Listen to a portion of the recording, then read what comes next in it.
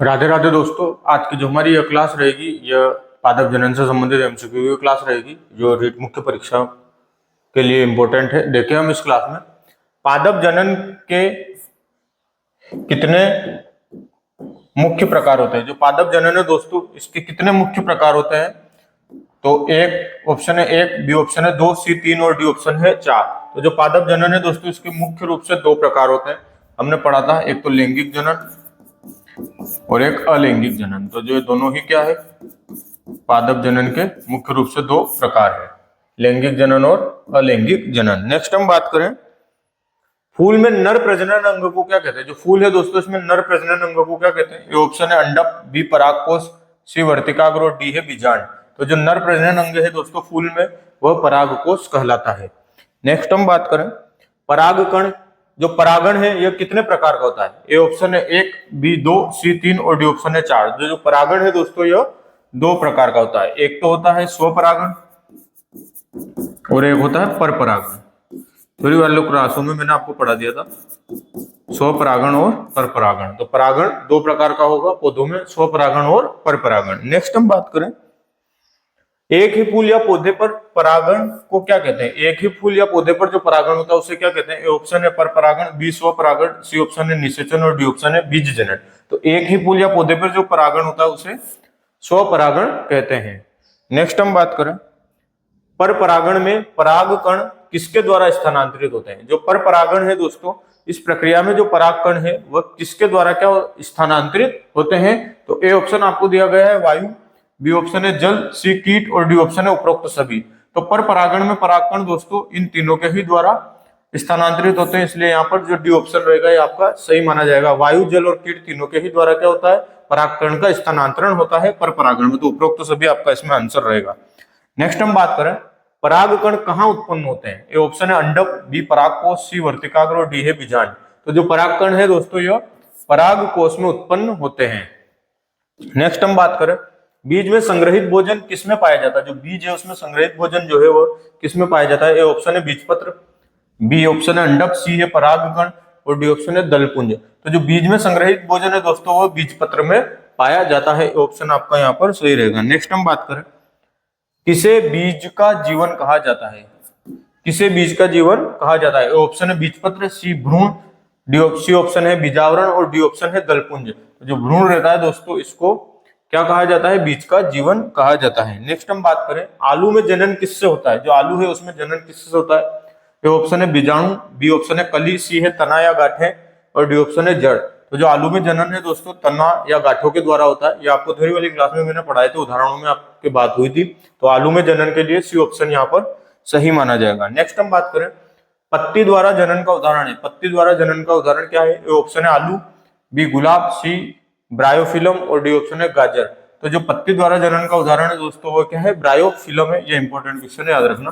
पत्ती द्वारा जनन के उदाहरण में आएगा ब्रायोफिलम।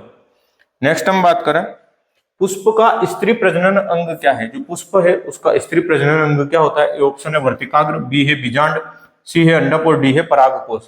तो जो पुष्प है उसका स्त्री प्रजनन अंग अंडक कहलाता है। याद रखें दोस्तों क्या रहता है, अंडक। एक लिंगी फूल में होता है। ए ऑप्शन है केवल अंडक, बी ऑप्शन है केवल पुंकेसर, सी ऑप्शन है कभी केवल अंडक या केवल पुंकेसर।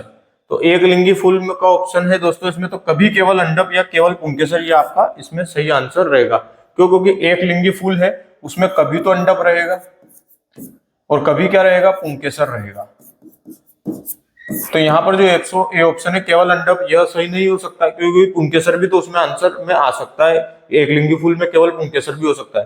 तो बी ऑप्शन में भी केवल पुंकेसर है। तो अगर बी ऑप्शन की बात करें तो फिर अंडक की बात नहीं हो रही है, इसलिए जो सी ऑप्शन है इसमें अंडक और पुंकेसर दोनों की ही बात हो रही है, कभी केवल अंडक या केवल पुंकेसर। तो एक लिंगी फूल में क्या रहेगा, सी ऑप्शन जो रहेगा आपका सही आंसर रहेगा। नेक्स्ट हम बात करें द्विलिंगी फूल का उदाहरण है। द्विलिंगी फूल का उदाहरण क्या है।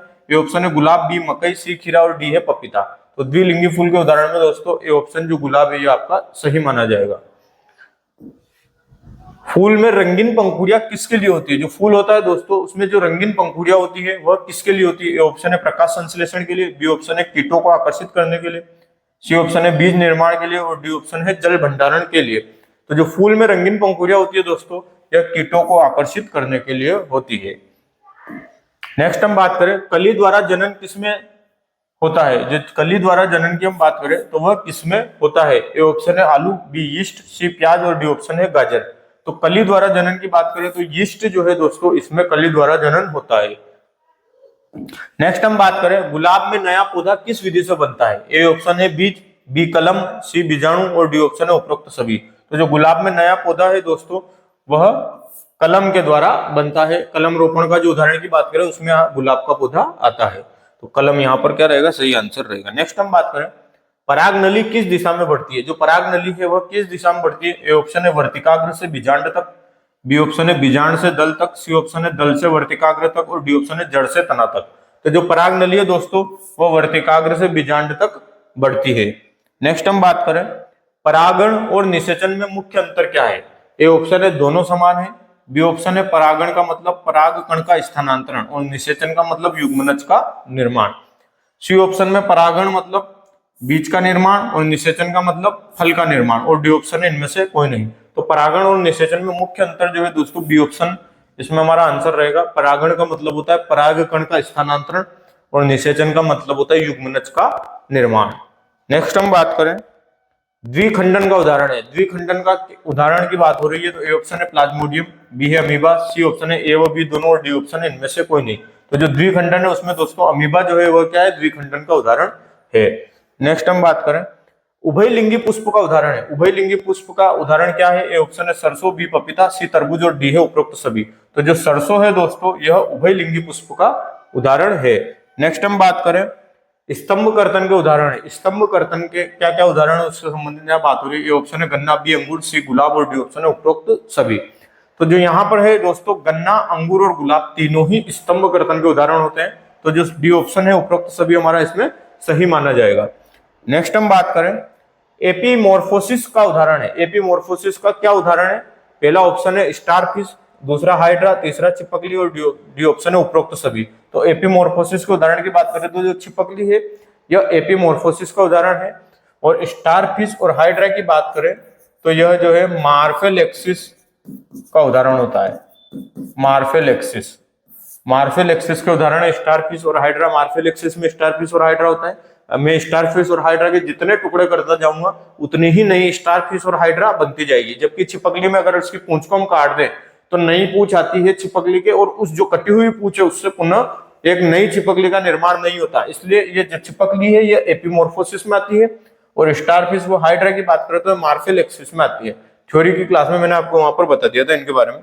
नेक्स्ट हम बात करें कायिक प्रवर्धन में नए पौधे का विकास किसके द्वारा होता है। ए ऑप्शन है जड़, बी तना, सी पत्ती और डी ऑप्शन है उपरोक्त सभी। तो जो कायिक प्रवर्धन है दोस्तों उसमें नए पौधे का निर्माण जड़, तना और पत्ती तीनों के द्वारा होता है। इसलिए यहाँ पर जो डी ऑप्शन है उपरोक्त सभी हमारा सही माना जाएगा। ठीक है दोस्तों, मिलते हैं नेक्स्ट क्लास में जो आपकी एमसीक्यू की क्लास रहेगी। ठीक है, धन्यवाद। क्लास अच्छी लगी हो तो लाइक, शेयर एवं सब्सक्राइब करें।